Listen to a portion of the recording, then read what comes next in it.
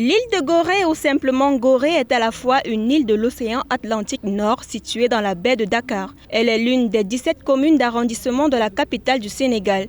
C'est un lieu symbolique des souvenirs de la traite négrière en Afrique. Reconnue officiellement par l'ONU en 1978, Gorée, île mémoire de cette tragédie, fut l'un des tout premiers lieux à être porté sur la liste du patrimoine de l'UNESCO. Géographiquement, à vol d'oiseau, les localités les plus proches sont Djol-Diop, Dakar Plateau, Dakar, Bel-Air, Tiraille-sur-Mer, Mbao, Dikoul et bien d'autres. D'origine volcanique, cette île rocheuse est formée de lave refroidie, comme en témoigne l'utilisation du basalte pour diverses constructions.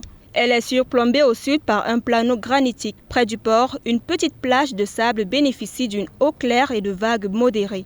L'eau y est fraîche plus que sur les autres plages du continent. Outre les paysages, les températures varient entre 17 à 30 degrés. On y retrouve une végétation constituée notamment des palmiers, des baobabs, des bougainvilliers et d'hibiscus qui contribuent à créer un cadre naturel sur cette petite île située au large de la côte de Dakar, occupée par les Goréens.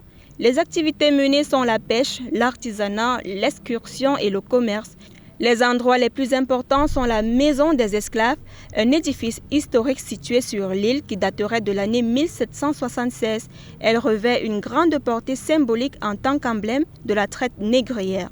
La plage de Voile d'Or, qui reste l'un des endroits les plus incontournables de la ville, ainsi que le musée de la mer, l'ancien palais du gouverneur, l'ancienne école William Ponty et les mosquées. L'île de Gorée reste donc un lieu particulier jadis où l'on retrouve des vestiges les plus marquants de l'histoire coloniale et esclavagiste africaine.